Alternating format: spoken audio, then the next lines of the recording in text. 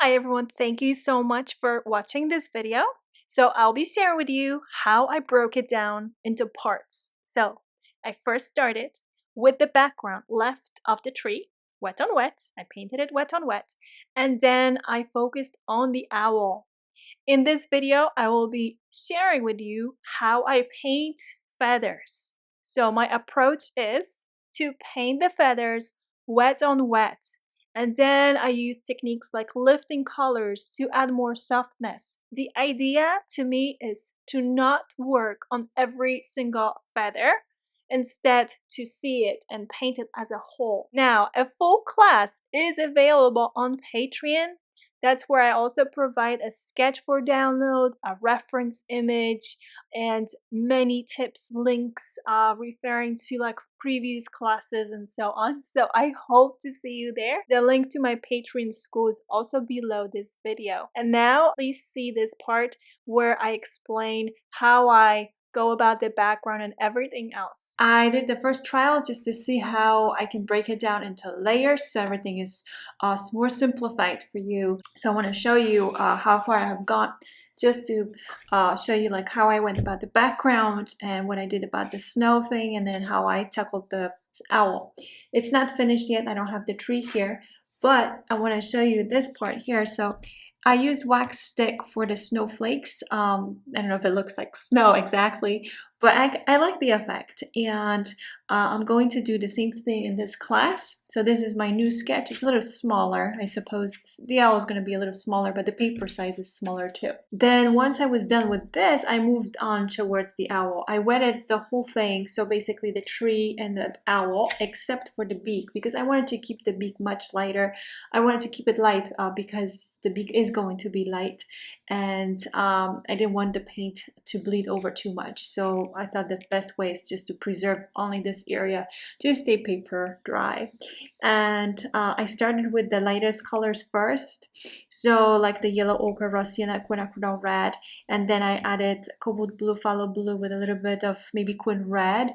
Those were my undertones, and I definitely wanted to use some blue, maybe more blue in this second version. And then I started adding more of the raw sienna raw umber, burnt sienna, and then I ended up adding the darks, which is the Van Dyke brown, quinacridone red, some indigo, and then also neutral tint. Now, before we do anything, let's either you can use the masking fluid for watercolors for the snow, or you can use this wax stick, something like this. This is like a candle, basically. It's wax. So I used this wax stick before many times in my seascapes, and now I just started using it for the snow effect. I really like it. You just press harder, you see the wax stain. Now you will not remove the wax stick afterwards, so you don't remove it, you leave it in your paper. Now you might see like a little piece here and there coming off. Well, you can just kind of brush it off with your hand, for example. This is a flat size 20 Casanel Da Vinci's. So it's a softer brush, and I'm just going to start wetting the paper. So you want to take your time wetting the paper. I'd say like 3-4 minutes. Whatever feels right. Like you just want to make sure that water gets absorbed inside the paper, and so that will give you more time to apply colors wet on wet. And if you apply the wax stick, you'll see that the water doesn't go in there. So you start seeing those spots. So you can use masking fluid for watercolors for that, for the snowflakes, or you can use the wax stick like I did, or you can use white gouache, for example, if you want to. I have not used white gouache for a long time now. I kind of like changed the way I'm teaching, because my goal is to teach you how to use watercolors without whites, so you feel comfortable with just watercolors, and then you can decide if you want to use some whites. But I'm trying my best to teach you so you don't use white to like cover mistakes or as a rescue, because I just really want you to master the watercolors without anything. I'm just slightly dipping my brush in water. Are going to be this yellow ochre, some of the quin red. I'm gonna move it all over here, and then my eyes are yellow. So it's like a quick grab. I'm not trying to really mix these colors on my palette.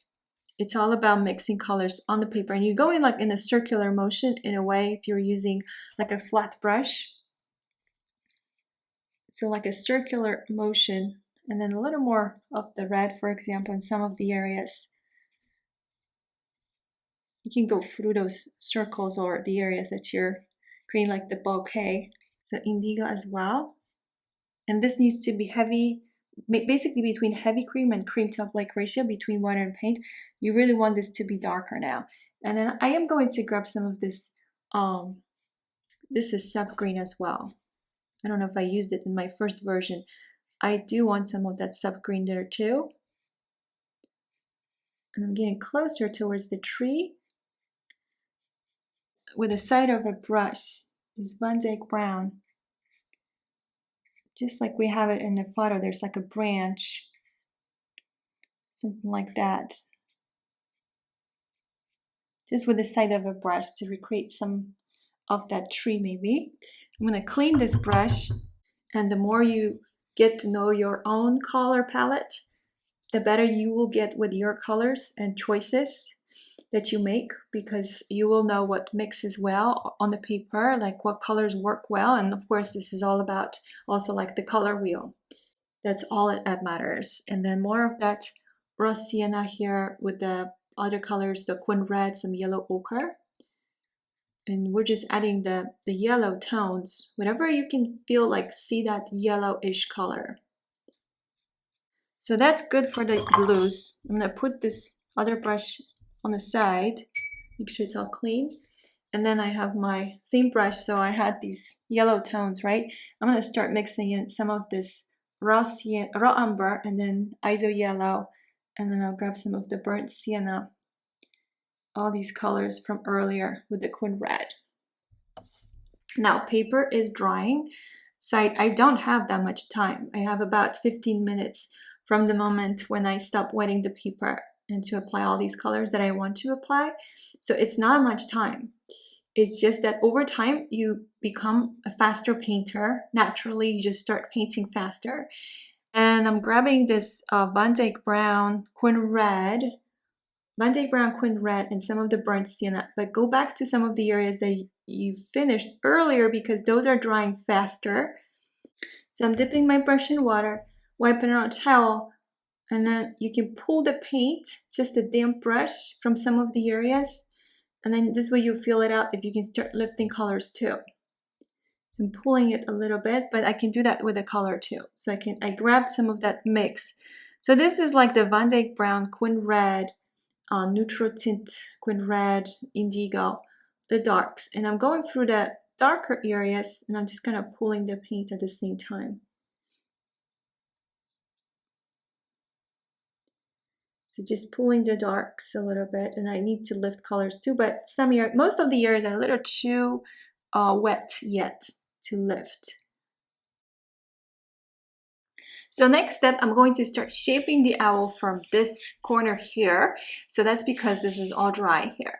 So I'm going to wet the area, and I'm going to apply colors wet on wet. You can leave some areas paper dry too, but this is how we're going to shape the owl, because we're going to create some of the fur or feathers by staying away from the owl. So we're going to paint the background, we're going to wet up to here, for example, and then we have that room to create some of the feathers. So this is my long quill size toothbrush. I'm staying away from the owl for the most part. I'll go a little bit through the background, over the background here too. Let's see, I have like a raw sienna here, and I'll grab some of the Van Dyke brown.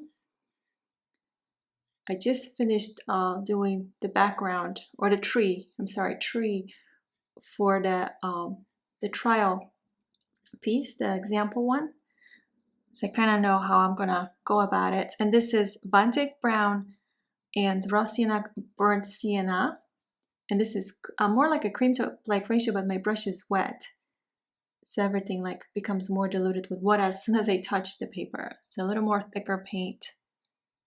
Maybe some of the Van Dyke brown too. Indigo. So I'm gonna squeeze more Van Dyke brown. So there's my Van Dyke brown, and then some of that indigo, and this is cream top like ratio, But more of that. The colors, it's like a heavier paint. You can see that I have creamy top on the brush here because I want to actually leave like not chunks but really concentrated paint over the edge here.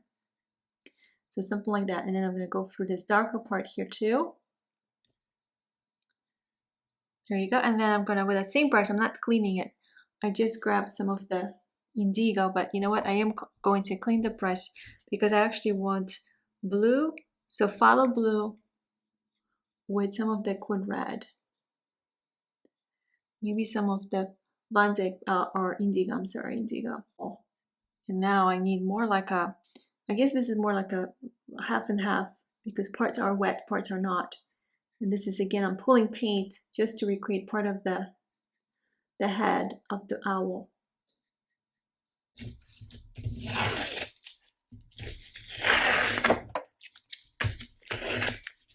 And before I wrap up this class, I want to show you this other version. So this was my like a test version. So it's much larger overall, but I went a little heavier with the layer here when it comes to the owl and this one, the smaller version. So thank you so much for your time, and please let me know if you have any questions.